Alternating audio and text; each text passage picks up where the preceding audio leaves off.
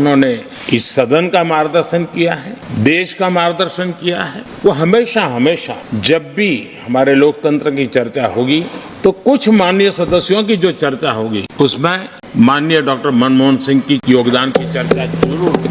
कभी वो accidental prime minister कहलाए तो कभी सियासत के सबसे सुलझे हुए राजनेता, कभी सोनिया गांधी की कठपुतली कहकर उनकी आलोचना की गई तो कभी उनके फैसलों की खूब वाहवाही हुई। हम बात कर रहे हैं भारत के सबसे ज्यादा पढ़े लिखे प्रधानमंत्री डॉक्टर मनमोहन सिंह की, जिन्होंने न सिर्फ देश को आर्थिक संकट से बाहर निकाला था बल्कि लोगों को लाइसेंस राज से भी मुक्ति दिलवाई। मनमोहन सिंह ने प्रधानमंत्री के तौर पर अपने 10 सालों के कार्यकाल में कुल 117 प्रेस कॉन्फ्रेंस की थी, जबकि उनके बाद प्रधानमंत्री बने नरेंद्र मोदी ने आज तक एक भी प्रेस कॉन्फ्रेंस नहीं की है।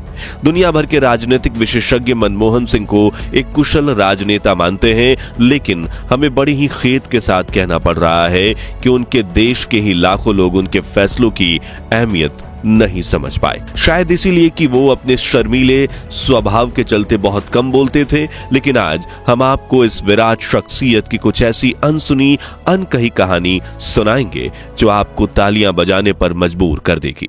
मगर आप जानते ही हैं कि 26 दिसंबर 2024 के दिन हमने पूर्व प्रधानमंत्री मनमोहन सिंह को हमेशा हमेशा के लिए खो दिया। इसलिए उन्हें श्रद्धांजलि देने के लिए आप प्लीज वीडियो को लाइक करने के साथ कमेंट बॉक्स में 2 अच्छे शब्द जरूर लिखिए। प्यारे देशवासियों, आज मैं आपको प्रधानमंत्री के रूप में आखिरी बात संबोधित कर रहा हूँ। मेरा सार्वजनिक जीवन एक खुली किताब है।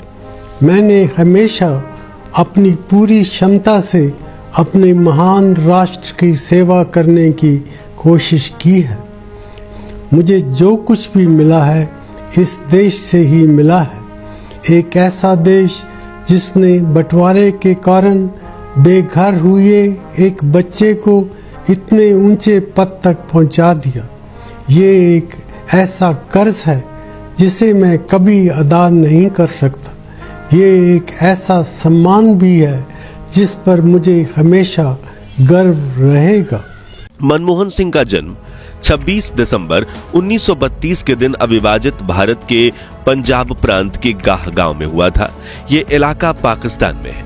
मनमोहन सिंह का बचपन काफी संघर्षों से भरा था। उनके गांव में ना बिजली थी, ना ही नल, ना स्कूल और ना ही अस्पताल। वो अपने गांव में मीलों दूर पैदल चलकर एक उर्दू मिडिल स्कूल में पढ़ने जाते थे। बचपन में ही उन्हें पढ़ाई में इतनी रुचि थी कि वो रोज रात को केरोसिन लैंप जलाकर अलग अलग किताबें पढ़ा करते थे।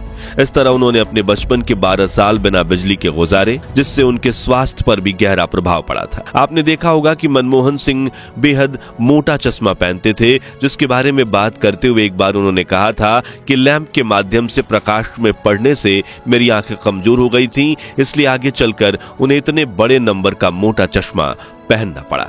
मनमोहन सिंह की पहली जुबान उर्दू थी, क्योंकि उन्होंने उर्दू मीडियम स्कूल से पढ़ाई की थी, इसलिए उन्हें हिंदी पढ़ना नहीं आता था और जब भी हिंदी में भाषण देते थे तो उर्दू के बड़े ही अक्षरों में वो लिखा होता था। वहीं वो अपने भाषण में कई बार उर्दू भाषा के शब्दों का इस्तेमाल करते थे, जैसे कि प्रधानमंत्री बनने के बाद 15 अगस्त 2004 के दिन डॉक्टर मनमोहन सिंह ने जब पहली बार लाल किले पर तिरंगा फहराया था, तब उन्होंने ये भाषण दिया था। प्रधानमंत्री मनमोहन सिंह को कई बार मौन मोहन और सोनिया गांधी का रिमोट कंट्रोल कहकर भी उनकी आलोचना की जाती थी, लेकिन उनके परिवारों के बीच राजनीतिक संबंधों के अलावा कुछ खास लगाव नहीं था और मनमोहन सिंह और सोनिया गांधी के संबंधों की पहली परीक्षा हुई थी इसी 15 अगस्त 2004 के भाषण के वक्त। दरअसल प्रधानमंत्री मनमोहन सिंह ने भाषण से पहले उनके प्रेस सलाहकार संजय बारू को रिहर्सल के लिए भेजा गया, जिन्होंने अपनी किताब द एक्सीडेंटल प्राइम मिनिस्टर में बताया है कि जब मैंने सिटिंग अरेंजमेंट देखी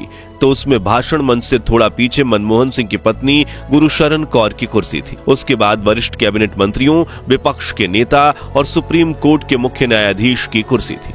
पहली पंक्ति से सोनिया गांधी की कुर्सी गायब थी, तो मैंने रक्षा मंत्रालय के अधिकारियों से पूछा कि सोनिया को कहां बिठाया जाएगा, तो उसने चौथी या पांचवी पंक्ति की तरफ इशारा कर दिया जहां उनकी बगल में नजमा हेपतुल्लाह को बिठाया जाना था। मैं यह सुनकर शॉक हो गया और मैंने सोचा कि इससे मनमोहन सिंह को व्यक्तिगत तौर पर बहुत शर्मिंदगी होगी और सोनिया गांधी भी अपमानित महसूस करेंगी। बहरहाल समय रहते सोनिया गांधी की सीट बदलकर उन्हें सबसे आगे कैबिनेट मंत्रियों के साथ बिठाया गया और संभावित अपमान टल गया। लेकिन दोस्तों, शायद उसी दिन के बाद सोनिया गांधी ने प्रधानमंत्री मनमोहन सिंह के फैसलों में दखल देना शुरू कर दिया था, फिर चाहे वो मंत्रिमंडल को चुनना हो या राजनीतिक के फैसले। डॉक्टर मनमोहन सिंह ने यह भी मान लिया था कि पार्टी अध्यक्ष का पद प्रधानमंत्री के पद से अधिक महत्वपूर्ण है।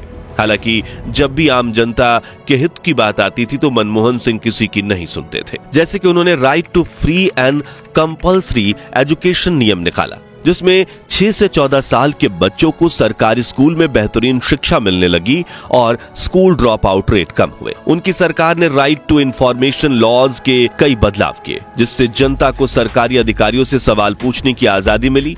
कई फाइनेंशियल वेलफेयर स्कीम्स निकाली, गरीबों तक मुफ्त में अनाज पहुंचाना शुरू किया। अब आप कहेंगे कि यूपीए सरकार में ही बहुत करप्शन था, तो हाँ, वो भ्रष्टाचार निचले लेवल के कई मंत्रियों और सरकारी अधिकारियों से किया गया था, लेकिन डॉक्टर मनमोहन सिंह का चरित्र शीशे की तरह साफ था। यहां तक कि वो अपने परिवार के लोगों को सरकारी गाड़ी तक में बैठने की अनुमति नहीं देते थे। जी हां, मनमोहन सिंह की बेटी दमन सिंह ने उन पर लिखी जीवनी में उनकी शख्सियत के कई पहलुओं को दुनिया के सामने रखते हुए बताया, मेरे पिता को ना तो अंडा उबालना आता था और ना ही टेलीविजन ऑन करना। हमें उनकी सरकारी गाड़ी में बैठने का कभी मौका नहीं मिला। अगर हम किसी जगह पर जा रहे हों और वो जगह उनके रास्ते में पड़ रही हो, तब भी वे हमें अपनी सरकारी गाड़ी में नहीं बैठने देते थे। किन्हीं कारणों से उन्हें अपनी चाल पर नियंत्रण नहीं था और एक बार जब वो तेज चाल से चलने लगते थे तो उनकी चाल चाहने पर भी धीमी नहीं पड़ती थी और उनके साथियों को उनके साथ चलने में बहुत मशक्कत करनी पड़ती थी। अब डॉक्टर मनमोहन सिंह के प्रारंभिक जीवन की कहानी पर वापस आएं तो उनका नाम मनमोहन पड़ने के पीछे भी एक दिलचस्प कहानी। तो जब मनमोहन सिंह का जन्म हुआ था तब उनके पिता गुरुमुख सिंह और परिवार के बाकी सदस्य उसे लेकर पंजाब साहिब पहुंचे, जहां ग्रंथी साहब ने गुरु ग्रंथ साहब का पन्ना खोला तो उसका सबसे पहला शब्द था मन, और इस तरह बच्चे का नामकरण हुआ मनमोहन। जब वो छोटे थे तो लोग प्यार से उन्हें मोहना कहकर बुलाते थे। बाद में यही मोहना लगातार 2 बार भारत का प्रधानमंत्री बना और आज दुनिया उन्हें सदी के सबसे महान अर्थशास्त्री के रूप में याद करती है। आप में से काफी कम लोग जानते होंगे कि पंजाब प्रांत के पाकिस्तान वाले इलाके में जन्मे मनमोहन सिंह ने काफी कम उम्र में अपनी मां को हमेशा के लिए खो दिया था और महज 14 की उम्र में उन्होंने बंटवारे का दर्द सहा था। देश के बंटवारे के वक्त उनका परिवार पंजाब के हल्द्वानी में माइग्रेट हुआ, जहां वे अमृतसर शिफ्ट हुए, जहां उन्होंने पंजाब यूनिवर्सिटी से इकोनॉमिक्स में बैचलर और मास्टर्स की डिग्री पूरी की। जिसके बाद मनमोहन आगे की पढ़ाई के लिए साल 1954 में इंग्लैंड की कैम्ब्रिज यूनिवर्सिटी पहुंचे, जहां उनकी दोस्ती जगदीश भगवती से हुई थी, जो दुनिया के जाने माने अर्थशास्त्री हैं। डॉक्टर मनमोहन सिंह के सरल स्वभाव को लेकर जगदीश बताते हैं कि यूं तो मनमोहन ने सारे शहरी तौर तरीके सीख लिए थे, लेकिन उनकी एक ऐसी आदत थी जो इंग्लैंड में रहकर भी नहीं बदली। उनका प्रारंभिक जीवन गांव में बीता था। भारत के गांव में लोग दिन भर फ्रेश रहने के लिए सूर्योदय के साथ ही नहा लेते थे।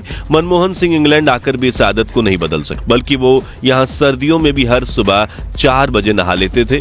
मुझे तभी लगा था कि ये किसी मुकाम पर जाएंगे, लेकिन काफी कम लोग जानते हैं कि अनुशासन का पालन करने के साथ सुबह जल्दी नहाने के लिए युवा मनमोहन सिंह के पास एक और वजह थी। दरअसल वो काफी शर्मीले और शांत स्वभाव के थे। उन्हें इस बात पर शर्म आती थी कि वो कॉमन बाथरूम में बिना पगड़ी और खुले बालों के साथ जाएं, इसलिए वो पूरे हॉस्टल में सबसे पहले उठकर नहाने चले जाते थे। अब सुबह तड़के नहाने के समय बाथरूम में गर्म पानी उपलब्ध नहीं होता था, इसलिए मनमोहन सिंह कैम्ब्रिज की कड़कड़ाती ठंड में ठंडे पानी से नहाया करते थे। संजय बारू लिखते हैं कि सुबह जल्दी उठने की अपनी आदत के कारण ही प्रधानमंत्री बनने के बाद भी वो 8:30 बजे नाश्ता कर लेते थे, जिसके बाद वो सुबह 9 बजे तक रात 9 बजे तक काम करते थे। हाँ, बीच में दिन के खाने के बाद वो 1 घंटे की नींद जरूर लेते थे। द एक्सीडेंटल प्राइम मिनिस्टर किताब में संजय बारू बताते हैं कि मनमोहन सिंह बहुत शर्मीले और चुप्पे थे। उन्हें गपशप और स्मॉल टॉक का कोई शौक नहीं था। जब भी कभी वो अमृतसर और कोलकाता की अपनी यात्राओं के दौरान अपने रिश्तेदारों या दोस्तों से मिला करते थे, उनकी समझ में नहीं आता था कि वो उनसे क्या बात करें, और उनकी पत्नी गुरुशरण कौर बातचीत जारी रखने की जिम्मेदारी ले लेती थी। मजे की बात यह है कि उन्हें बातूनी लोग बहुत पसंद, क्योंकि जब दूसरे लोग बात करते थे तो उन्हें ज्यादा बोलना नहीं पड़ता था। इसलिए अंतर्राष्ट्रीय बैठकों में वो उन नेताओं के साथ बैठते थे जो बहुत बात करते थे, जैसे कि अफगानिस्तान के राष्ट्रपति करजई। वो बहुत बोलते थे और मनमोहन सिंह मुस्कुराते हुए चुपचाप उनकी बातें सुना करते थे। लेकिन उनकी मुलायम छवि को देखते हुए बहुत कम लोग इस बात का अंदाजा लगा सकते हैं कि उन्हें कभी गुस्सा भी आता होगा। जी हां, वो बाकायदा गुस्सा करते थे और उनका चेहरा गुस्से में लाल हो जाता था। इसे लेकर संजय बारू बताते हैं, मनमोहन जी एक बार जयराम रमेश पर खफा हो गए थे क्योंकि उन्होंने सोनिया गांधी की एक चिट्ठी लीक कर दी थी। उन्होंने मेरे सामने जयराम रमेश को फोन पर डांटा। जयराम फोन पर अपनी सफाई दे ही रहे थे, लेकिन उन्होंने उनकी एक नहीं सुनी और फोन को गुस्से में नीचे पटक दिया। लेकिन वो कभी कभार ही गुस्सा होते थे। एक प्रेस सलाहकार के तौर पर मैंने अपने काम को सिर्फ एंजॉय किया, क्योंकि उनके पहले कार्यकाल में प्रेस के बीच उनकी छवि इतनी अच्छी नहीं थी। मुझे तो कोई मेहनत ही नहीं करनी पड़ी।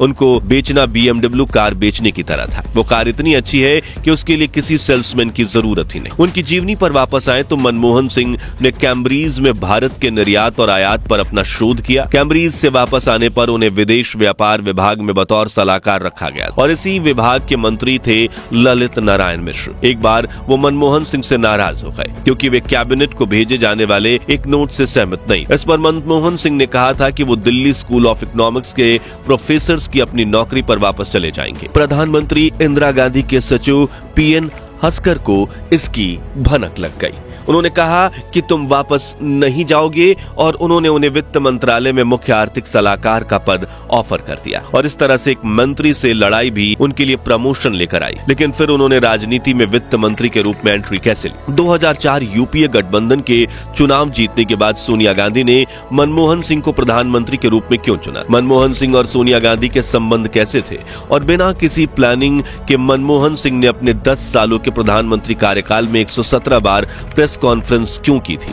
और आज भी भारत के प्रधानमंत्री द्वारा की गई आखिरी प्रेस कॉन्फ्रेंस उन्हीं के नाम है, क्योंकि उसके बाद प्रधानमंत्री बने नरेंद्र मोदी ने आज तक कोई प्रेस कॉन्फ्रेंस नहीं की है। और अमेरिकन राष्ट्रपति बराक ओबामा ने मनमोहन सिंह को लेकर क्या कहा था?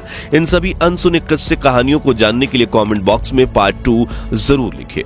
ये वीडियो अच्छा लगा हो तो इसे लाइक और शेयर करके प्लीज 11,000 लाइक्स करवा दीजिए और ऐसी ही अनकही अनसुनी कहानियों के लिए हमारे चैनल को सब्सक्राइब करके पास वाली घंटी बजाना मत भूलिएगा। जय हिंद, जय भारत।